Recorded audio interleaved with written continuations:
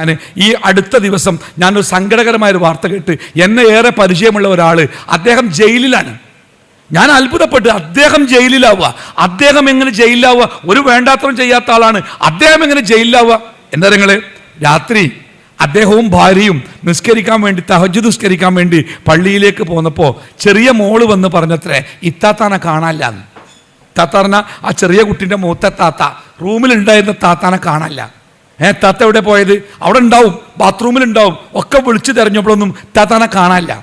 ഒരു 2-3 മണിക്കൂർ കഴിഞ്ഞപ്പോൾ അടുക്കള വാതിലൂടെ ഇത്താത്ത ഉള്ളിലേക്ക് വന്ന്, എവിടെയായിരുന്നു? ഞാൻ ഇവിടെ ഉണ്ടായിരുന്നു. പക്ഷെ സംശയമായി. അവസാനം വീട്ടിലെ ഈ CC ക്യാമറ പരിശോധിച്ചപ്പോൾ ഇത്താത്ത മുറ്റത്തേക്ക് ഇറങ്ങുന്നതും ഒരുത്തൻ്റെ ബൈക്കിൽ കയറി ആ ബൈക്കിൽ പോകുന്നതും CC ക്യാമറയിലുണ്ട്. ആരോടെങ്കിലും പറയാൻ പറ്റുമോ? ഒരാൾ അറിയാൻ പറ്റുമോ? കല്യാണപ്രായമായ പെൺകുട്ടിയല്ലേ. എന്തായാലും ഈ ബാപ്പക്ക് ഇത് സഹിക്കാൻ കഴിഞ്ഞില്ല. ബാപ്പ നന്നായിട്ട് 4 കൊടുത്ത് മോൾക്ക്, കാരണം ഒരു ബാപ്പക്ക് സഹിക്കാൻ പറ്റില്ലല്ലേ. പക്ഷേ ആ മോള് രാവിലെ എന്ത് ചെയ്തു? ഇറങ്ങിയിട്ട് ആ ഇറങ്ങിപ്പോയ ചെക്കനെയും കൂട്ടിയിട്ട് പോലീസ് സ്റ്റേഷനിൽ പോയിട്ട് പരാതി കൊടുത്തു, എൻ്റെ ബാപ്പ എന്നെ അടിച്ചു എന്ന്. അതിൻ്റെ പേരിൽ ജാമ്യം കിട്ടിയത് 3 ദിവസം. പോലീസ് സ്റ്റേഷനിൽ ആ ബാപ്പക്ക് ജാമ്യം കിട്ടിയതേ 3 ദിവസം കഴിഞ്ഞിട്ടാണ്. 3 ദിവസം ആ ബാപ്പ ജയിലിൽ കിടന്നു. എന്തിനാ കിടന്നറിയോ? മക്കളെ സ്നേഹിച്ചതിൻ്റെ പേരിൽ.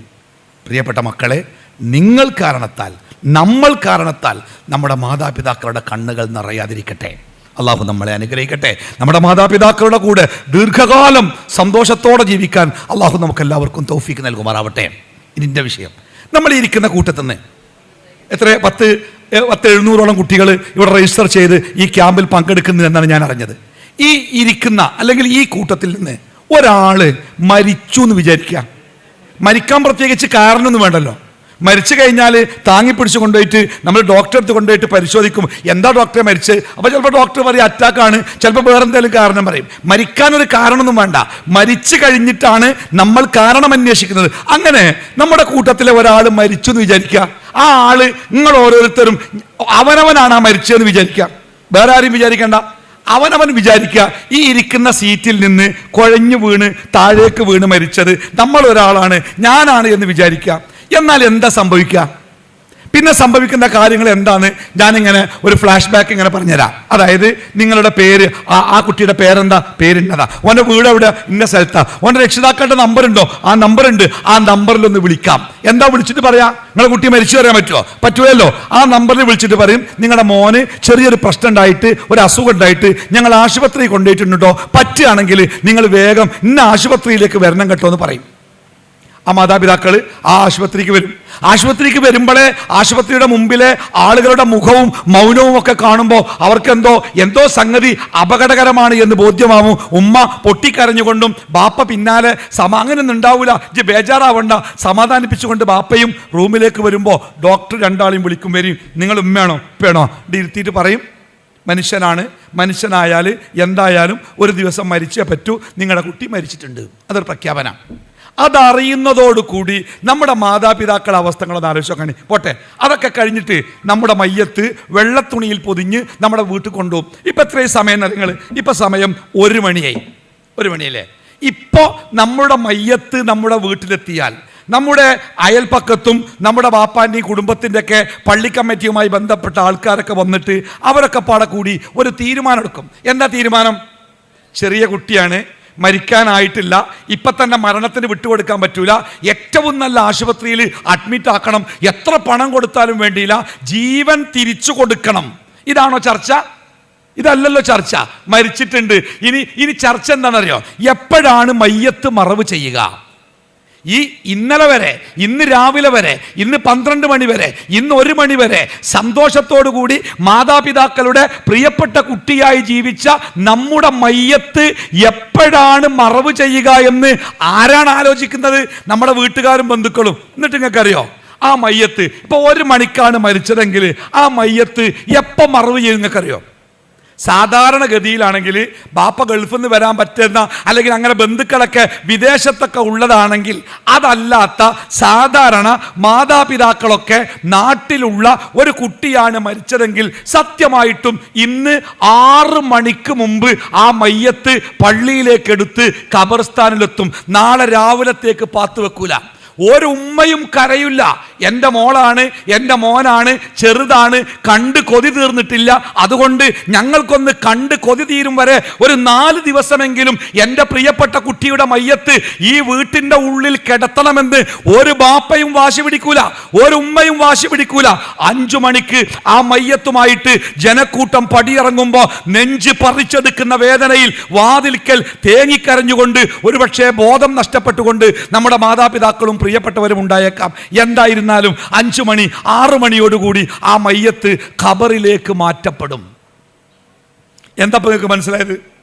ഈ ലോകത്ത് ജീവിക്കുന്ന ഒരു ഗ്യാരണ്ടിയുമില്ലാത്ത, ഇത്ര കാലം ജീവിച്ചേക്കുമെന്ന് ഒരു ഗ്യാരണ്ടിയുമില്ലാത്ത ഒരു സാധന നമ്മുടെ ജീവിതം. ഞാൻ നിങ്ങളോടൊക്കെ ചോദിക്കണേ, അല്ല മക്കളെ, നിങ്ങളുടെ ജനന തീയതി എന്നാണ്, നിങ്ങൾ എന്നാണ് ജനിച്ചത് ചോദിച്ചാൽ ഈ ഇരിക്കുന്ന കൂട്ടത്തിൽ മുഴുവൻ കുട്ടികളും ഒറ്റയടിക്ക് പറയും. ഞാൻ പറയും 4/4/1973 എൻ്റെ ജനന തീയതി.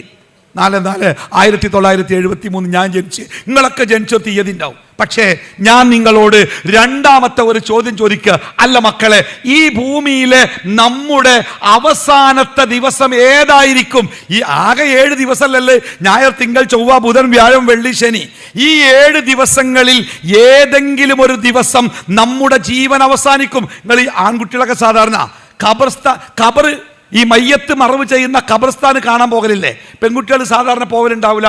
ആൺകുട്ടികളൊക്കെ പല മയ്യത്തിൻ്റെ കൂടെയും ആ ഖബർസ്ഥാനിൽ എത്തിയിട്ടുണ്ടാവാം. ആ ഖബർസ്ഥാനിലെത്തിയാൽ നമ്മൾ കാണുന്ന കാഴ്ചയുണ്ട്. നമ്മുടെ നാട്ടിൽ ഖബറുകളുടെ 2 ഭാഗത്തും ഓരോ കല്ല് വെക്കും. എന്താണ് ആ കല്ലിന് പേര് പറയാ? മീസാൻ കല്ല് എന്ന പേരിൽ 2 കല്ല് ഇങ്ങനെ വെക്കും. അതിന് മതപരമായിട്ട് വലിയ അടിസ്ഥാനമൊന്നുമില്ല. പക്ഷെ നമ്മുടെ നാട്ടിൽ 2 കല്ല് 2 ഭാഗത്ത്, ചില ആളുകളൊക്കെ മാർബിൾ കൊത്തിയെടുത്തിട്ടോ ഗ്രാനൈറ്റ് കൊണ്ടോ, ചില ആളുകൾ നല്ല കൊത്തി ശില്പം പോലെ ഉണ്ടാക്കിയ കല്ലോ, ചില ആൾക്കാർ സാധാരണ കല്ലുകളൊക്കെ 2 ഭാഗത്ത് വെക്കും. അതിൻ്റെ അർത്ഥം ഈ 2 കല്ലുകൾക്കിടയിൽ ഒരു ഖബറുണ്ട് എന്ന്, അത്രേ അതിൻ്റെ അർത്ഥമുള്ളൂ. ചില ഖബറുകൾ 7 അടി വലിപ്പുണ്ടാവും. 7 അടി. അതിൻ്റെ അർത്ഥം എന്താണ്? ആ ഖബറിന്റെ ഉള്ളിലുള്ള ആള് 7 അടി വലിപ്പമുള്ള വലിയൊരു മനുഷ്യനാണ്. വലിയൊരു മനുഷ്യൻ മരിച്ചിട്ട് അയാളുടെ മയ്യത്താണ് അവിടെ മറവ് ചെയ്തത്.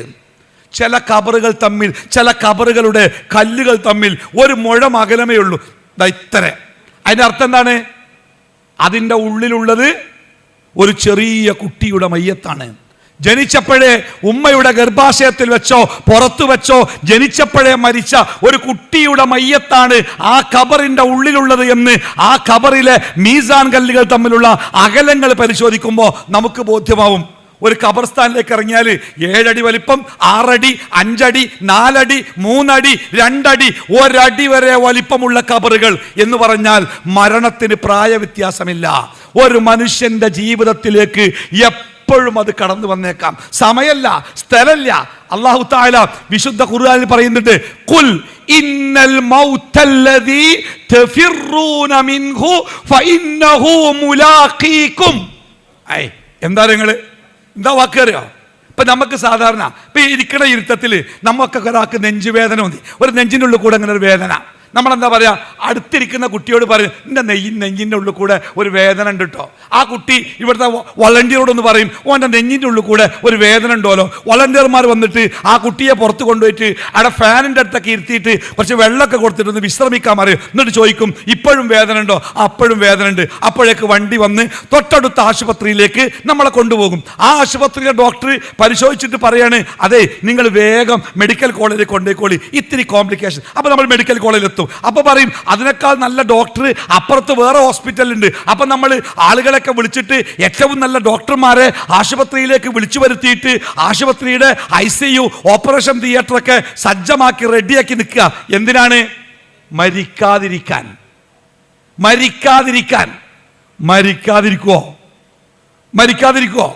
മരിക്കാതിരിക്കൂലല്ലോ. നമ്മുടെ സൃഷ്ടാവ് പടച്ച തമ്പുരാൻ നമ്മുടെ ജീവിതത്തിന് കൃത്യമായ ഒരു സെക്കൻഡിന്റെ കണക്ക് നിശ്ചയിച്ചിട്ടുണ്ട്. ആ സെക്കൻഡ് എത്തിയാൽ ആ മനുഷ്യൻ മരിച്ചിരിക്കും. 1 സെക്കൻഡ് നീട്ടാനോ 1 സെക്കൻഡ് കുറക്കാനോ ഒരു മനുഷ്യനും സാധ്യമല്ല. ഖുൽ ഇന്നൽ മൗതൽ, അല്ലാഹു തആല പറയുന്നത്, വലൻ യുഅഖിറല്ലാഹു നഫ്സൻ ഇദാ ജാഅ അജലുഹാ. സമയമെത്തിയാൽ ഒരു സെക്കൻഡ് പോലും അങ്ങോട്ടോ ഇങ്ങോട്ടോ മാറ്റുവാൻ ഒരാൾക്കും സാധ്യമല്ല. നോക്കിങ്ങള്, മനുഷ്യന്മാർ എത്രങ്ങാനും വളർന്നില്ലേ?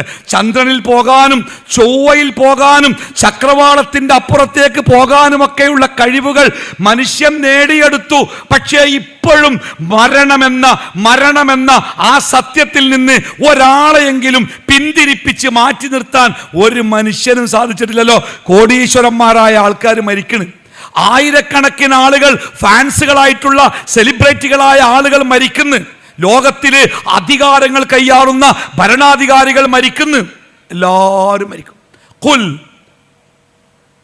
അല്ലാഹു തആല ഖുർആനിൽ പറയണേ, കുല്ലു നഫ്സിൻ ദാഇഖത്തുൽ മൗത്ത്. എന്താ അർത്ഥം? ലോകത്തിലെ എല്ലാ മനുഷ്യന്മാരും മരണം ആസ്വദിക്കുക തന്നെ ചെയ്യുന്ന. ഞങ്ങളുടെ നാട്ടിലെ ഇപ്പൊ ഈ പ്രാവശ്യം നമ്മൾ ഈ വർഷക്കാലത്ത് വലിയ ഉരുൾപൊട്ടലൊക്കെ ഉണ്ടായി, 100-300ഓളം ആളുകൾ മരണപ്പെട്ടു. എവിടെ? ഏത് ജില്ലയിലായിരുന്നു?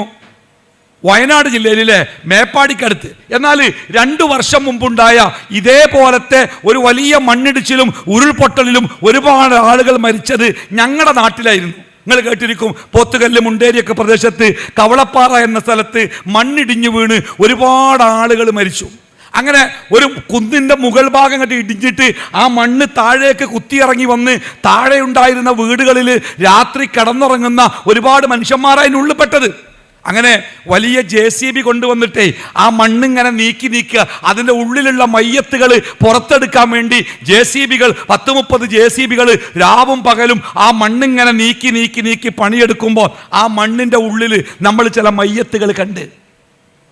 ഒരു മയ്യത്ത് എങ്ങനെ നിങ്ങൾ? വീടിൻ്റെ ഉള്ളിൽ പായയിൽ അമ്മ കുട്ടിക്ക് പാല് കൊടുത്തുകൊണ്ട് ഉറങ്ങാണ്. ആ ചിത്രങ്ങളെ മനസ്സിലില്ലേ? ഒരമ്മ ചെരിഞ്ഞു കടന്ന് തലയിണയിൽ കൈവച്ച് ചെരിഞ്ഞു കടന്നുറങ്ങുക, അമ്മമ്മൻ്റെ സമീപത്ത് അമ്മയുടെ മുലക്കണ്ണുകൾ വായിൽ വെച്ച് പാല് കുടിച്ചുകൊണ്ട് അമ്മയോട് പറ്റിച്ചേർന്ന് കിടക്കുന്ന കുട്ടി, അമ്മയുടെ ഒരു കൈ ആ കുട്ടിയെ ചേർത്ത് പിടിച്ചിട്ടുണ്ട്, ആ കുട്ടിയുടെ കാല് അമ്മയുടെ ശരീരത്തിലേക്ക് കൊളത്തി വെച്ചിട്ടുണ്ട്. അതാണ് ചിത്രമല്ലേ? നോക്കൂ നിങ്ങൾ, മണ്ണ് നീക്കി വന്നപ്പോൾ മണ്ണിൻ്റെ ഉള്ളിൽ അങ്ങനെ കിടക്കുന്നു ഒരമ്മയും കുഞ്ഞും. ആ കുഞ്ഞിൻ്റെ വായിൽ നിന്ന് അമ്മയുടെ മുലക്കണ്ണ് ഒന്ന് മാറിയിട്ട് പോലുമില്ല. എന്താ ഒന്ന് നെട്ടിത്തിരിയാൻ പോലും സമയം കിട്ടാത്ത വിധം സെക്കൻഡുകൾക്കുള്ളിലാണ് ആ വീടുകൾക്കുള്ളിലേക്ക് മരണത്തിൻ്റെ സന്ദേശവുമായി ആ ചളിയും മണ്ണും പാറക്കല്ലുകളും ഒലിച്ചു വന്നത്. ഇത്രയുള്ളൂ മക്കളെ. ഏത് സമയത്തും എവിടെ വെച്ചും ഏതവസരത്തിലും എങ്ങനെയും ഒരു മനുഷ്യന്റെ ജീവിതത്തിൽ അള്ളാഹു നിശ്ചയിച്ച സമയമാകുമ്പോൾ അത് സംഭവിക്കും. 2 ദിവസം മുമ്പ് കോഴിക്കോട് മെഡിക്കൽ കോളേജിൽ നിന്ന് ഒരു ഉമ്മാരന വല്യമ്മയാണ്. ആ വല്യമ്മ സങ്കടപ്പെട്ട് വിളിച്ചുകൊണ്ട് പറഞ്ഞു, കുട്ടിക്ക് തീരെ സുഖല്ല ഉസ്താദെ, കുട്ടിക്ക് മഞ്ഞപ്പിത്തം കൂടി ഉണ്ടായിട്ടുണ്ട്, അതുകൊണ്ട് ഡോക്ടർമാർ ഇത്തിരി ക്രിട്ടിക്കലാന്ന് പറഞ്ഞിട്ടുണ്ട്, നിങ്ങളുടെ സ്ഥാപനത്തിലെ കുട്ടികളൊക്കെ ചേർന്ന് എൻ്റെ മോൾക്ക് വേണ്ടി നിങ്ങളൊന്ന് പ്രാർത്ഥിക്കണം കേട്ടോ. ആ ഉമ്മ സങ്കടപ്പെട്ടാ പറഞ്ഞ്, ആ കുട്ടിക്ക് 14 വയസ്സായിട്ടുള്ളൂ. 14 വയസ്സുള്ള ഒരു പെൺകുട്ടിയാണ്. ആ പെൺകുട്ടിയാണ് ഈ മരണശയ്യയിൽ കിടക്കുന്നത്. ഒരു കുടുംബത്തിന്റെ സങ്കടത്തിലേക്കാരല്ലേ. അതുകൊണ്ട് വല്യമ്മ വിളിച്ചു പറഞ്ഞു, ഉസ്താദെ പ്രാർത്ഥിക്കണം കേട്ടോ. ഞങ്ങളുടെ മക്കളൊക്കെ കൂടി ഞങ്ങൾ പ്രാർത്ഥിച്ചു. ഞങ്ങൾ ഒരിക്കലും കണ്ടിട്ടില്ലാത്ത എന്നാൽ നമ്മുടെ ആ മകൾക്ക് വേണ്ടി നമ്മൾ പ്രാർത്ഥിച്ചു. ഇന്നലെ രാവിലെ സുബൈക്ക് ഞാൻ എണീക്കും മുമ്പ് എൻ്റെ ഫോണിലേക്ക് വന്ന കോള് കോഴിക്കോട് മെഡിക്കൽ കോളേജിലെ എൻ്റെ ഒരു സുഹൃത്തിൻ്റെ മോളായിരുന്നു. ഉസ്താദെ ആ കുട്ടി പോയിട്ടോ, ആ കുട്ടി പോയി, ആ കുട്ടി മരിച്ചു നടത്തും.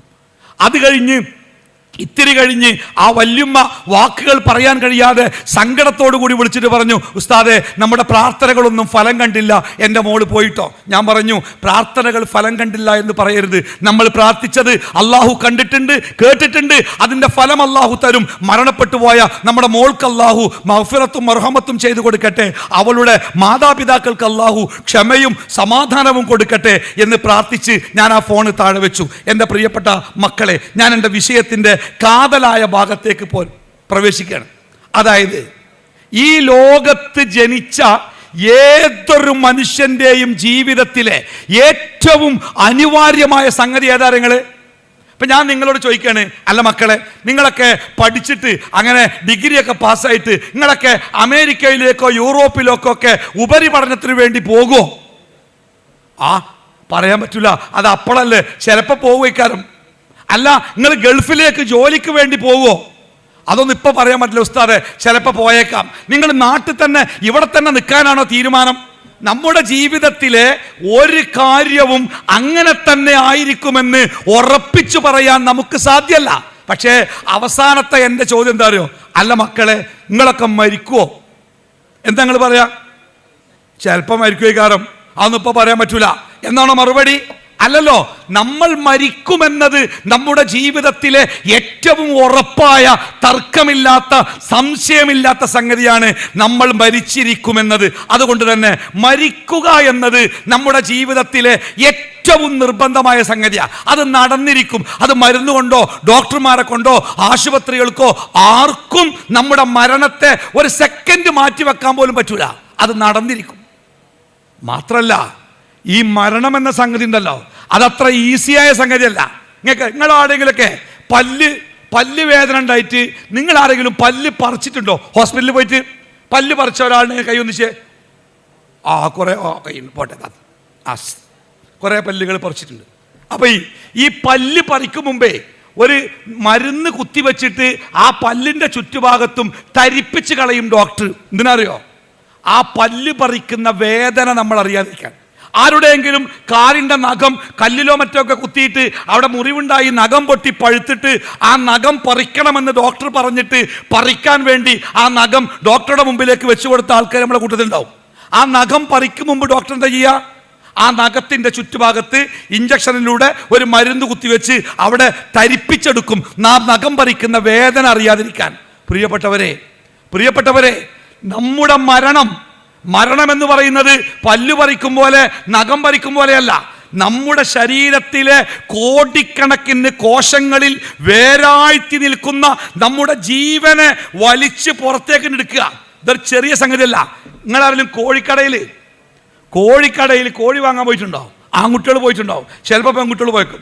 നമ്മൾ ചെല്ലുമ്പോൾ കോഴിക്കടക്കാരൻ കോഴിനെ അറുത്തിട്ട് പുറത്തേക്ക് ഇടുക. കോഴിനെ അറുത്തിട്ടും ആ കോഴി ഇങ്ങനെ പെടഞ്ഞ് ആ കോഴിൻ്റെ ജീവൻ പോകുന്ന നോക്കണ്ടെങ്കിൽ അതിൻ്റെ അവസാന ഘട്ടം തരങ്ങൾ ആ കോഴിൻ്റെ കാലിങ്ങനെ നിവർത്തി പിടിച്ചിട്ട് കാലിങ്ങനെ ബലം പിടിച്ച് പതുക്കെ ആ കാലിൻ്റെ ചലനം ഇങ്ങനെ അവസാനിച്ചിങ്ങനെ അത് പൂർണ്ണമാകുമ്പോൾ കടക്കാരന് മനസ്സിലായി കോഴിൻ്റെ ജീവൻ പോയി. പിന്നെ കാലൊക്കെ വെട്ടി തൂവലൊക്കെ പറിച്ച് കോഴിനെ പീസാക്കി നമുക്ക് തരും. നമ്മളും അങ്ങനെ തന്നെയാണ്. നമ്മുടെ ആത്മാവിനെ നമ്മുടെ ശരീരത്തിൽ നിന്നും പിടിച്ചെടുക്കാൻ അല്ലാഹു തആല നിശ്ചയിച്ച മലക്കുകൾ നമ്മുടെ ആത്മാവിനെ പിടിച്ചെടുക്കുമ്പോൾ നമ്മൾ അനുഭവിക്കുന്ന വല്ലാത്തൊരവസ്ഥയുണ്ട്. ഈ ലോകത്ത് ജീവിച്ച ഏറ്റവും ശ്രേഷ്ഠനായ മനുഷ്യൻ ആരാണ്? അഷ്റഫുൽ ഖൽഖ് എന്ന് നമ്മൾ വിളിക്കാറുള്ള ഒരാളില്ലേ, അതാരാണ്? മുഹമ്മദ് മുസ്തഫ സല്ലല്ലാഹു അലൈഹി വസല്ലം. എന്താ അഷ്റഫുൽ ഖൽഖ് എന്ന വാക്കിന്റെ അർത്ഥം? അഷ്റഫ് എന്ന് പറഞ്ഞാൽ സൂപ്പർലേറ്റീവ് ഡിഗ്രിയാ. ഇംഗ്ലീഷ് ഗ്രാമർ പഠിക്കുന്ന കുട്ടിയൊക്കെ അറിയാം. അഷ്റഫ് എന്ന് പറഞ്ഞാൽ ഏറ്റവും ശ്രേഷ്ഠനായവൻ, അതിന്റെ മേലെ വേറൊന്നുമില്ല. ഖൽഖ് എന്ന് പറഞ്ഞാൽ സൃഷ്ടിനാ. അപ്പൊ അള്ളാന്റെ സൃഷ്ടികളുടെ കൂട്ടത്തിൽ ഏറ്റവും ശ്രേഷ്ഠനായ മുഹമ്മദ് നബി സല്ലല്ലാഹു അലൈഹി വസല്ലമ മരണാസന്നനായി കിടക്കുമ്പോൾ വളരെ അസ്വസ്ഥതയാണ്. ആയിഷ ബീവിയുടെ മടിയിലാണ്. തല അങ്ങോട്ട് വെക്കും, തല അങ്ങോട്ട് വെക്കും, കാലങ്ങോട്ട് വെക്കും, ഇങ്ങോട്ട് തിരിഞ്ഞു കിടക്കും, അങ്ങോട്ട് തിരിഞ്ഞു കിടക്കും. ആകപ്പാടവരെ ഇടങ്ങേറ്. ഇത് കണ്ടപ്പോൾ അത് കണ്ടുകൊണ്ട് നിൽക്കണ പ്രവാചകന്റെ പൊന്നാറ മോള് ഫാത്തിമ ഉണ്ട്. ഫാത്തിമ ബീവിക്ക് ഭയങ്കര സങ്കടായി. എന്റെ വാപ്പാന്റെ ഇടങ്ങേറെ ഫാത്തിമ ബീവി കരഞ്ഞു. റസൂലുള്ളാഹി സ്വല്ലല്ലാഹു അലൈഹി വസല്ലമ മകളെ സമാധാനിപ്പിച്ചത് എങ്ങനെ അറിയോ? മോളെ, ഇന്നത്തെ ദിവസത്തോടു കൂടി ബാപ്പാന്റെ എല്ലാ ഇടങ്ങേറും തീരും. അതിന്റെ അർത്ഥം എന്താണ്? ഇന്ന് വാപ്പ മരിക്കും തന്നെയാണ്. പക്ഷേ പ്രവാചകൻ സല്ലല്ലാഹു അലൈഹി വസല്ലമ ആ മരണത്തിന്റെ തൊട്ടു മുമ്പ് നമ്മളോട് പറഞ്ഞ ഒരു വാക്കുണ്ട്. എൻ്റെ പ്രിയപ്പെട്ട മക്കൾ മറക്കരുത്. എന്താ പറഞ്ഞറിയോ? അലാ ഇന്നലിൽ മൗതി സകറാത്ത്. അലാ, എല്ലാവരും അറിയണം കേട്ടോ. ഇന്നലിൽ മൗതി സകറാത്ത്. മരണത്തിന് വല്ലാത്ത ഒരു വിഭ്രാന്തി ഉണ്ട് അല്ലേ? നമ്മളൊക്കെ കിടക്കുമ്പോൾ നമ്മുടെ അമ്മയും ബാപ്പയൊക്കെ നമ്മുടെ അടുത്ത് നിൽക്കുമ്പോൾ നമ്മുടെ ആത്മാവിനെ കൊണ്ടുപോകാൻ വേണ്ടി മലക്ക് വരുമ്പോഴേ നമ്മൾ തിരിച്ചറിയാണ് ഞാൻ മരിക്കാൻ പോവാണ്. നമ്മുടെ അമ്മ ഇവിടെ കരഞ്ഞുകൊണ്ട് നിൽക്കണ്, പണ്ട് ഇവിടെ സങ്കടപ്പെട്ട് നിൽക്കണ്, നമ്മുടെ കുഞ്ഞനുജത്തിയുണ്ട്, നമ്മളെ സ്നേഹിക്കുന്ന അനുജനുണ്ട്, നമ്മളെ നാട്ടുകാരും വീട്ടുകാരുണ്ട്, ഒക്കെ ഒക്കെ നിസ്സഹായരായി നിൽക്കെ നമ്മൾ തിരിച്ചറിയാണ്, ദാ എൻ്റെ ജീവനെ കൊണ്ടുപോകാനുള്ള മലക്കാണ് വന്നു നിൽക്കുന്നത്, ആ മലക്ക് എന്നെയും കൊണ്ട് പോകും എന്നറിയുമ്പോൾ സങ്കടത്തിന്റെ, പ്രയാസത്തിന്റെ, പേടിയുടെ ഒരു വല്ലാത്ത അവസ്ഥയുണ്ട് സഹോദരന്മാരെ, എൻ്റെ പ്രിയപ്പെട്ട മക്കളെ. അവിടെ തുടങ്ങും നമ്മുടെ ജീവിതത്തിന്റെ ഇതുവരെ ഈ ലോകത്ത് അനുഭവിച്ച് നല്ല കേട്ടോ, മരണത്തോടുകൂടി നമ്മൾ അനുഭവിക്കുന്നത് വേറെ ഒരു അനുഭവങ്ങളാണ്. അവിടെ മുതലാണ് നമ്മുടെ ജീവിതം വല്ലാത്ത ഒരവസ്ഥയിലേക്ക് മാറുക. എന്തിനാണ് അള്ളാഹു നമുക്ക് മരണം നിശ്ചയിച്ചത്? നിങ്ങൾക്കറിയോ എന്തിനാ അള്ളാഹു നമ്മളെ മരിപ്പിക്കണേ? അതെ, അതിൻ്റെ കാരണം അള്ളാഹു പറഞ്ഞത്, നമ്മളെ അള്ളാഹു ഈ ലോകത്തിലേക്ക് പറഞ്ഞയച്ചത് എന്തിനാണ്? ഡോക്ടർ ആവാനോ, എഞ്ചിനീയർ ആവാനോ, അല്ലെങ്കിൽ പൈസക്കാരനാവാനോ, ബിസിനസ്സുകാരനാവാനോ? എന്തിനാ അള്ളാഹു നമ്മളെ ഈ ലോകത്തേക്ക് പറഞ്ഞയച്ചത്? അള്ളാഹുവിനെ ആരാധിച്ചു ജീവിക്കാൻ, അള്ളാഹിന്റെ കൽപ്പനകൾ പാലിച്ചു ജീവിക്കാൻ, അള്ളാഹുവിന്റെ നിർദ്ദേശങ്ങൾ പാലിച്ചു ജീവിക്കാൻ. അങ്ങനെ ജീവിക്കുവാൻ വേണ്ടി അള്ളാഹു നമുക്ക് അനുവദിച്ചു തന്ന ഒരു സമയമുണ്ട്. ആ സമയം തീരുമ്പോഴാണ് നമ്മൾ മരിക്കുക. നിങ്ങളൊക്കെ പരീക്ഷ എഴുതാൻ വേണ്ടി പരീക്ഷാ ഹാളിൽ കയറിയാലേ, പരീക്ഷാ ഹാളിൽ 2 മണിക്കൂറാണ് പരീക്ഷയെങ്കിൽ 2 മണിക്കൂർ തീരുമ്പോൾ ഒരു കൂട്ട ബെല്ലടിക്കും. എന്തിനാണ് ബെല്ല്? പരീക്ഷ നിർത്തിയിട്ട് പേപ്പറൊക്കെ ഏൽപ്പിച്ചിട്ട് നമുക്ക് തിരിച്ചു പോകാം. നമ്മൾ എഴുതിയ ആ പേപ്പറിൽ എന്തൊക്കെ ശരിയുണ്ടോ അതിൻ്റെ മാർക്ക് നമുക്ക് കിട്ടും, തെറ്റുണ്ടോ അതും നമ്മൾ അറിയും അല്ലേ? അല്ലാഹു തആല നമ്മുടെ മരണം നിശ്ചയിച്ചതും അതിനും വേണ്ടി തന്നെയാണ്. നമുക്ക് അല്ലാഹു ഒരു ജീവിക്കാനുള്ള സമയം തന്ന് ആ സമയത്ത് ഇന്ന കാര്യങ്ങൾ ചെയ്യണമെന്ന് നമ്മളോട് കൽപ്പിച്ച് ആ കാര്യങ്ങൾ നമ്മൾ ചെയ്ത് അല്ലാഹു നിശ്ചയിച്ച സമയം പൂർത്തിയാകുമ്പോൾ ഒരു ബെല്ല. മരണം എന്നത് നമ്മൾ ചില ആൾക്കാരൊക്കെ മനസ്സിലാക്കി എന്താ അറിയോ, മരണം എന്നത് ഒരു അവസാനാണ്. മരണം എന്ന അവസാനമല്ല.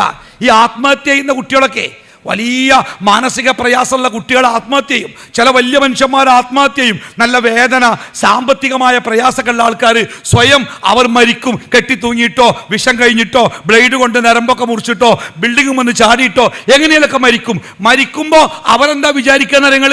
അവർ വിചാരിക്കുന്നത് ഈ മരണത്തോടുകൂടി എൻ്റെ എല്ലാ പ്രയാസവും തീർന്നു, ഇനി ആരും പേടിക്കണ്ട, ഇനി ഒരു ഇടങ്ങേറുമില്ല, ഇനി കടമില്ല, രോഗമില്ല, ബുദ്ധിമുട്ടുമില്ല, വേദനയില്ല, മരണത്തോടുകൂടി ഒക്കെ തീരുന്ന അല്ലട്ടോ.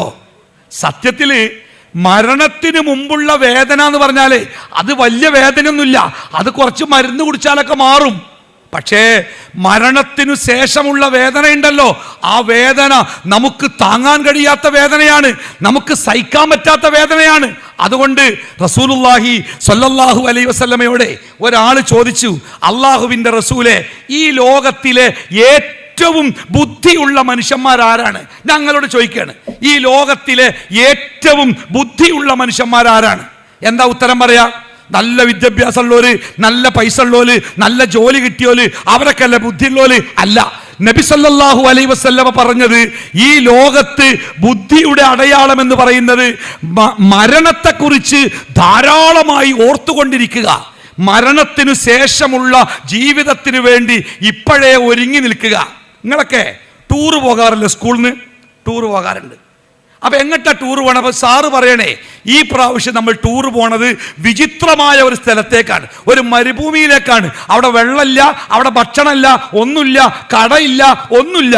നമ്മൾ ആ മരുഭൂമിയിലേക്കാണ് ടൂർ പോണത് എന്ന് സാറ് പറഞ്ഞാല് നിങ്ങൾ വീട്ടിൽ പോയിട്ട് ഉമ്മാനോട് പറയും, ഉമ്മ കുറിത്തെ ടൂറേ ഒരു വേറെ വ്യത്യസ്തമായ ടൂറാ, ഞങ്ങൾ ചെന്നിറങ്ങുന്ന സ്ഥലത്ത് ഒന്നുമില്ല, വെള്ളമില്ല, ഭക്ഷണമില്ല, ഒന്നും കിട്ടൂല, വാങ്ങാനും കിട്ടൂല. അതുകൊണ്ട് ഞങ്ങൾക്കുള്ള വെള്ളവും ഞങ്ങൾക്കുള്ള ഭക്ഷണമൊക്കെ നേരത്തെ പൊതിഞ്ഞ് റെഡിയാക്കി തരണം കേട്ടോ, ഇല്ലെങ്കിൽ അവിടെ പോയാൽ പട്ടിണി കിടന്ന് മരിക്കും. നിങ്ങളുടെ കൂട്ടത്തിൽ ബുദ്ധിയുള്ള കുട്ടികൾ ആ വെള്ളവും ഭക്ഷണവും കൊണ്ട് ആ മരുഭൂമിയിലേക്ക് പോകൂ. എന്നാൽ ചില ബുദ്ധിയില്ലാത്തവരുണ്ടാവും, ഓല അതെന്താപ്പോ, അതൊന്നും പ്രശ്നമല്ല, അവിടെ എന്തെങ്കിലുമൊക്കെ ഉണ്ടാവും എന്നൊക്കെ പറഞ്ഞ് വെള്ളക്കുപ്പിയില്ല, ഭക്ഷണമല്ല, ഒന്നുമില്ലാതെ അവരിങ്ങനെ ഒരു ക്യാമറയും കൊണ്ട് ആണ് മരുഭൂമിക്ക് ഇറങ്ങിയാലേ എന്താവുക? പട്ടിണി കടന്ന് ജീവിതത്തിന്റെ ദുരിതം ഒരു മനസ്സിലാക്കും. അതുകൊണ്ട് തന്നെ ഞാനും എൻ്റെ മക്കളോട് എനിക്ക് പറയാനുള്ളത്, നമ്മൾ ഓരോരുത്തരും ഏത് സമയത്തും മരിച്ചേക്കാം. ആ മരണത്തിനു ശേഷം നമ്മൾ പട്ടിണി കിടക്കാൻ പാടില്ല, ആ മരണത്തിന് ശേഷം നമ്മൾ വേദനിക്കാൻ പാടില്ല, ആ മരണത്തിന് ശേഷം നമ്മൾ ഭയപ്പെടാൻ പാടില്ല. അതിനെന്താ വേണ്ടത്? മരണത്തിനു മുമ്പേ ചില കാര്യങ്ങൾ നമ്മൾ ചെയ്തു വെക്കണം. ചില കാര്യങ്ങളിൽ നിന്ന് നമ്മൾ അകന്നു നിൽക്കണം. എങ്കിൽ മരണത്തിന് ശേഷം സന്തോഷകരമായ, തൃപ്തികരമായ, മനോഹരമായ ഒരു ജീവിതം നമ്മളെ കാത്തിരിക്കുന്നുണ്ട്. അല്ല, അതൊന്നും ചെയ്യാതെ തോന്നിയതുപോലെ എന്തൊക്കെയോ ചെയ്ത് ജീവിച്ചാൽ മരണത്തിനു ശേഷം നമ്മളെ കാത്തിരിക്കുന്നത് ഏറ്റവും ദുരിതപൂർണമായ ജീവിതം. നരകത്തിലെ, നിങ്ങൾ കേട്ടിരിക്കും സ്വർഗവും നരകമൊക്കെ, നരകത്തിൽ ഒരു മനുഷ്യന് കൊടുക്കുന്ന ഏറ്റവും ചെറിയ ശിക്ഷ, അഥവാ നമ്മൾ ചെയ്ത ഒരു ചെറിയ തെറ്റിന് നരകത്തിൽ ലഭിക്കുന്ന ശിക്ഷ എന്താ? പ്രവാചകൻ പഠിപ്പിച്ചത് എന്താ? കാലില് അള്ളാഹു ഒരു ചെരുപ്പിട്ടിരുന്ന ആ ചെരുപ്പിന്റെ സുഗന്ധങ്ങൾ, ആ ചെരുപ്പിന്റെ ചൂട് കൊണ്ട് നമ്മുടെ ശരീരം മുഴുവനും വെന്ത് തലച്ചോറിങ്ങനെ തിളച്ച് ആവിങ്ങനെ പുറത്തേക്ക് പോകത്രേ. ആ ജാതി ചൂടുള്ള ഒരു ചെരുപ്പ് നമ്മുടെ കാലിൽ അണിയിക്കലാണ് നരകത്തിലെ ഏറ്റവും ചെറിയ ശിക്ഷ എന്ന് പറയുമ്പോൾ എൻ്റെ പ്രിയപ്പെട്ട മക്കളെ, നമുക്കത് താങ്ങാൻ പറ്റുമോ? ഒരു മെഴുകുതിരി നാളത്തിന്റെ ചൂട് പോലും താങ്ങാൻ കഴിയാത്ത നമുക്കെങ്ങനെയാണ് ഈ നരകത്തിലെ ഭീകരമായ ചൂട് താങ്ങാൻ പറ്റുക? അല്ലേ? റസൂലുള്ളാഹി സ്വല്ലല്ലാഹു അലൈഹി വസല്ലം പഠിപ്പിക്കുന്നുണ്ടേ, നരകത്തിലെ ആൾക്കാർ ദാഹിച്ച് കുറച്ച് വെള്ളം തരുമോ എന്ന് ചോദിക്കുമ്പോൾ അവർക്ക് കുടിക്കാൻ കൊടുക്കുന്ന ഒരു വെള്ളമുണ്ട്. നിങ്ങളൊക്കെ ഈ റോഡ് നന്നാക്കുമ്പോൾ റോട്ടിൽ ഒഴിക്കുന്ന കറുത്തൊരു സാധനം കണ്ടില്ല നിങ്ങൾ? എന്താ അതിന്റെ പേര്? ടാറ്. കറുത്ത് കട്ടയായിട്ട് ഒരു വല്ലാത്ത സാധനമാണ്. ആ ടാറ് പോലത്തെ ഉരുക്കിയ കട്ടയായ കറുത്ത നിറമുള്ള തിളച്ച് മറിയുന്ന ഒരു പാനീയമാണത്രേ അവർക്ക് കുടിക്കാൻ വേണ്ടി കൊടുക്കുക. അത് വായിലേക്കാൻ ഒഴിച്ചാലേ അത് കടന്നു പോകുന്ന വഴിയിലുള്ള ആന്തരിക അവയവങ്ങൾ മുഴുവനും ഉരുകിപ്പോകുമത്രേ. അത്രയും ചൂടുള്ള തിളച്ച ഒരു, അതുപോലെ വിശന്ന് ഞങ്ങൾക്ക് വിശന്നിട്ട് വയ്യ, തിന്നാൻ എന്തെങ്കിലും തരുമോ എന്ന് പടച്ച റബ്ബിന്റെ മുമ്പിൽ കരഞ്ഞു പറയുമ്പോൾ ഒരു മരത്തിന്റെ ഇല, സ്വർഗത്തിലുള്ള നരകത്തിലുള്ള ആ നരകത്തിന്റെ ചൂടിലും വാടാതെ നിൽക്കുന്ന നരകത്തിലെ ഒരു മരമുണ്ട്. ആ മരത്തിന്റെ ഇല, ആ ഇലയുടെ പ്രത്യേകത എന്താ? ആ ഇല മുഴുവനും മുള്ളുകൾ കൊണ്ട് പൊതിയപ്പെട്ടതാ. ആ ഇല വായിലേക്ക് വെച്ചാൽ ചവക്കുന്ന സമയത്ത് അവന്റെ വായില്, പല്ലില്, മോണയില്, നാവില് ആ മുള്ളുകൾ തറച്ചു കയറി അവന്റെ വായയിൽ ചോര നിറഞ്ഞു പോകുന്ന ആ വെള്ളം കുടിച്ചാൽ അവന്റെ ദാഹവും മാറൂല, ആ ഭക്ഷണം കഴിച്ചാൽ അവന്റെ വിശപ്പും മാറൂല. വല്ലാത്ത ഒരു ദുരിതത്തിന്റെ, അവന്റെ തലയിലൂടെ ഒരു വെള്ളം അല്ലാഹു തആല ഒഴിച്ചു കൊടുക്കുമെന്ന് ഖുർആൻ പറയുന്നുണ്ട്. ആ വെള്ളം തലയിലൂടെ ഒഴിച്ചാൽ ശരീരത്തിന്റെ ഉള്ളിലൂടെ താഴേക്ക് ഇറങ്ങി ശരീരത്തിന്റെ ആന്തരികാവയവങ്ങളെ മുഴുവനും ഉരുക്കിക്കളഞ്ഞ് അവന്റെ കാലിന്റെ മടമ്പിന്റെ ഭാഗത്തുകൂടി ആ വെള്ളം പുറത്തേക്ക് പോകുമെന്ന് വിശുദ്ധ ഖുർആൻ പ്രിയപ്പെട്ടവരെ നമ്മളെ പഠിപ്പിക്കുന്നുണ്ട്. അതുകൊണ്ട് എൻ്റെ പ്രിയപ്പെട്ട മക്കളെ, മനസ്സിന്റെ ഉള്ളിൽ കുറിച്ചു വെച്ചോളണം, എൻ്റെ ജീവിതത്തിൽ ആ നരകത്തിലേക്ക് എന്നെ വലിച്ചെറിയുന്ന ഒരു കാര്യവും ചെറുതാവട്ടെ വലുതാവട്ടെ ഞാൻ ചെയ്യുകയില്ല എന്ന് നമ്മുടെ മനസ്സിൽ കുറിച്ചു വെക്കണം. അതോടൊപ്പം എപ്പോഴും നമ്മുടെ പ്രാർത്ഥന ഉണ്ടാവണം, വഖീനാ അദാബന്നാർ, പടച്ചോനെ ആ നരകത്തിന്റെ ഭീകരതയിൽ നിന്ന് ഞങ്ങളെ കാത്തോളണേ എന്ന് എപ്പോഴും നമ്മൾ പ്രാർത്ഥിക്കണം. കൂട്ടരെ, സ്വർഗം അതൊരു വല്ലാത്ത സംഗതിയാട്ടോ. ലോകത്ത് നമ്മൾ സന്തോഷിപ്പിക്കുന്ന ഒരുപാട് കാഴ്ചകൾ കണ്ടിട്ടില്ലേ? പക്ഷേ സ്വർഗത്തോളം മനോഹരമായ സ്വർഗത്തിലെ ഒരു മരത്തിന്റെ തണല്, ആ തണലിലൂടെ നമ്മൾ നടന്നാലേ 400 കൊല്ലം നടന്നാലും തീരാത്ത അത്രയും ദീർഘമായ തണലുകൾ, പുഴയോരങ്ങൾ, ആ പച്ചപിടിച്ച മണലാരണ്യങ്ങൾ, പച്ചപിടിച്ച പുഴയോരങ്ങളിൽ അവിടെ നമുക്ക് ഇരിക്കുവാൻ സോഫകൾ ഉണ്ട്. ആ സോഫകൾ നിർമ്മിച്ചിരിക്കുന്നത് സ്വർണത്തിന്റെ നൂലുകൾ കൊണ്ടാണ്. സ്വർഗമെന്നത് നമ്മുടെ മനസ്സുകൊണ്ട് സങ്കല്പിക്കാനാവാത്ത ലോക. പ്രിയപ്പെട്ട മക്കളെ, ആ സ്വർഗത്തിലേക്ക് നമുക്ക് എത്തണം. നരകത്തിന്റെ ചൂടിൽ നിന്ന് നമുക്ക് രക്ഷപ്പെടണം. അതിനുവേണ്ടി നമ്മുടെ മുമ്പിലുള്ളത് കുറച്ച് സമയ. ആ സമയത്താ ഇപ്പൊ നമ്മളുള്ളത്. നമ്മുടെ സമയം എപ്പോഴാ തീരാന്നറിയില്ല, എപ്പോഴാണ് നമ്മുടെ പരീക്ഷ അവസാനിക്കുക എന്നറിയില്ല. മരണത്തിന്റെ മണി മുഴങ്ങിക്കഴിഞ്ഞാൽ ആർക്കും നമ്മളെ തടഞ്ഞു വെക്കാനാവുകയില്ല. ഖബറിലേക്ക്, പള്ളിപ്പറമ്പിലേക്ക് നമ്മൾ മാറ്റപ്പെടും. അതിനു മുമ്പായി നമ്മുടെ ജീവിതത്തെ ഒന്ന് മനോഹരമാക്കിയെടുക്കാൻ നമ്മളെ ഈ ഭൂമിയിലേക്ക് പറഞ്ഞയച്ച പടച്ച തമ്പുരാൻ നമ്മളോട് കൽപ്പിച്ച കാര്യങ്ങൾ ജീവിതത്തിൽ പ്രാവർത്തികമാക്കാൻ നമുക്ക് സാധിക്കണം. നിങ്ങളൊക്കെ പുതിയ കാലത്ത് ജീവിക്കുന്ന മക്കളാണ്. നിങ്ങളെക്കുറിച്ച് ഞങ്ങൾക്ക് വലിയ വേവലാതിയുണ്ട്. നിങ്ങൾക്ക് ഭക്ഷണം തരാനില്ലാഞ്ഞിട്ടല്ല, നിങ്ങൾക്ക് ഡ്രസ്സ് വാങ്ങിത്തരാൻ പണമില്ലാഞ്ഞിട്ടല്ല. ഞങ്ങളുടെ വേവലാതി നിങ്ങളുടെ മനസ്സുകളിലേക്ക് ചില വിഷങ്ങൾ കുത്തിവെക്കാൻ നിങ്ങളുടെ കാലഘട്ടത്തിൽ ഒരുപാട് ആളുകളുണ്ട്. മതമില്ല, പടച്ചോനുമില്ല, പ്രവാചകനുമില്ല, പരലോകമില്ല, നരകമില്ല, സ്വർഗമില്ല, അതൊക്കെ വെറുതെ പറയാണ്. അതുകൊണ്ട് ഇവിടെ ഇഷ്ടം പോലെ ജീവിച്ചോളി, സുഖിച്ച് ജീവിച്ചോളി, ആസ്വദിച്ച് ജീവിച്ചോളി. പെണ്ണും ലഹരിയും സിനിമയും തോന്നിവാസങ്ങളും ഒക്കെ ആയിട്ട് ജീവിതം ത്രസിപ്പിച്ചോളിൻ എന്ന് പറയാൻ നിങ്ങളുടെ കൂടെ ആളുകളുണ്ട്. പ്രിയപ്പെട്ട മക്കളെ, ഇത്തിരി ബുദ്ധി ഉപയോഗിച്ച് ചിന്തിക്കുക. ഈ നമ്മളെ ഗാന്ധിജി ആരായിരുന്നു ഗാന്ധിജി? നമ്മുടെ രാഷ്ട്രപിതാവാണ്. എങ്ങനെയാണ് ഗാന്ധിജി രാഷ്ട്രപിതാവായത്? ഗാന്ധിജി സൗത്ത് ആഫ്രിക്കയിൽ അഡ്വക്കറ്റ് ആവാൻ വേണ്ടി പഠിച്ച് ഏറ്റവും നല്ല വരുമാനമുള്ള ഒരു വക്കീലായിട്ട് ജീവിക്കാമായിരുന്ന അദ്ദേഹം അതൊക്കെ ഒഴിവാക്കി ഇന്ത്യ രാജ്യത്തിന്റെ സ്വാതന്ത്ര്യത്തിന് വേണ്ടി കാലിൽ ചെരുപ്പില്ലാതെ ഫക്കീറായി, പട്ടിണിക്കാരനായി, വസ്ത്രങ്ങളില്ലാതെ ഈ രാജ്യത്തിന്റെ സ്വാതന്ത്ര്യത്തിന് വേണ്ടി കഷ്ടപ്പെട്ട ആളാണ് ഗാന്ധിജി. ആ ഗാന്ധിജിയെ കൊന്നതാരാ? ആരാ കൊന്നാടാ? നിങ്ങളെ കൊന്നേ അല്ല, പിന്നെ ആരാ കൊന്നേ? നാഥുറാം വിനായക് ഗോഡ്സെയാണ് കൊന്നത്. ഒരൊറ്റ വെടിക്ക ആ സാധു മനുഷ്യനെ കൊന്നേ. മരണത്തോടുകൂടി എല്ലാം അവസാനിക്കുമെങ്കിൽ ഒരു ജീവിതം മുഴുവനും ഈ ഒരു രാജ്യത്തിന്റെ നന്മയ്ക്ക് വേണ്ടി പ്രവർത്തിച്ചു മരിച്ചുപോയ ഗാന്ധിജിയും ആ ഗാന്ധിജിയെ കൊന്ന ഗോഡ്സെയും ഒരേപോലെയാണെങ്കിൽ ഈ ലോകത്ത് നന്മ തിന്മകൾക്ക് എന്താ പ്രസക്തി ഉള്ളത്? അതുകൊണ്ട് എൻ്റെ മക്കൾ മനസ്സിലാക്കണം, ഈ ലോകം എന്നത് ഒരു പരീക്ഷാ ഹാളാണ്. ആ പരീക്ഷാ ഹാളിലാണ് നമ്മൾ ജീവിച്ചുകൊണ്ടിരിക്കുന്നത്. നമ്മൾ നന്മ ചെയ്യുന്നുണ്ടോ, നമ്മൾ തിന്മ ചെയ്യുന്നുണ്ടോ, പടച്ചോൻ ശരിക്ക് നോക്കുന്നുണ്ട് എന്നല്ല, അത് ശരിക്ക് രേഖപ്പെടുത്തി വെക്കുന്നുണ്ട്. ഒരു പുസ്തകത്തിൽ ഇപ്പം ഈ ഇരിക്കുന്ന കൂട്ടത്തിൽ ചില ആളുകളൊക്കെ ഞാൻ പറയുന്നത് കേൾക്കുന്നുണ്ട്, ചിലരൊക്കെ ഞാൻ പറയുന്നത് മനസ്സിലാക്കുന്നുണ്ട്, ചിലരൊന്നും കേൾക്കുന്നില്ല, ഉറങ്ങുകയാണ്. ചില ആൾക്കാർ വർത്താനം പറയാണ്, ചില ആളുകൾ മൊബൈൽ ഫോണുകളിലാണ്, പല ജാതി ആളുകളുണ്ട്. പക്ഷേ പടച്ച റബ്ബിൻ്റെ മുമ്പിൽ നമ്മളെ എല്ലാവരെയും കാണുന്നുണ്ട്. നമ്മൾ എന്താ ചെയ്യണത്, നമ്മൾ എന്താ പറയണത്, നമ്മൾ എന്താ ചിന്തിക്കുന്നത്, അതൊക്കെ പടച്ച റബ്ബ് കൃത്യമായിട്ട് നിരീക്ഷിക്കുന്നുണ്ട്. അല്ലേ? അല്ലാഹു തആല പഠിപ്പിച്ചത്, 2 മലക്കുകൾ നിങ്ങളുടെ കൂടെ ഇല്ലാതെ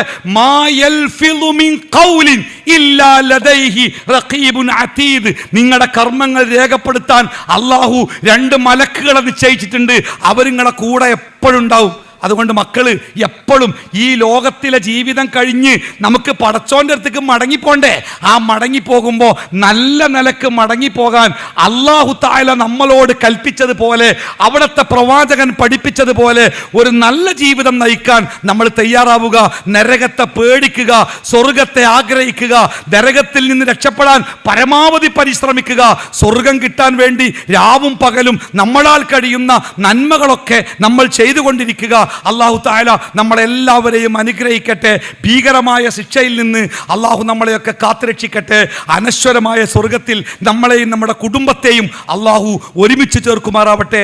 അല്ലാഹുവിന് ഇഷ്ടപ്പെട്ടവരായി ജീവിക്കാൻ നമുക്കെല്ലാവർക്കും അല്ലാഹു തൗഫീഖ് നൽകുമാറാവട്ടെ. റബ്ബന ആതിനാ ഫിദ്ദുനിയ ഹസന വഫിൽ ആഖിറതി ഹസന വഖിനാ അദാബന്നാർ വസല്ലല്ലാഹു അലാ മുഹമ്മദിൻ വഅലാ ആലിഹി വസ്വഹ്ബിഹി അജ്മഈൻ.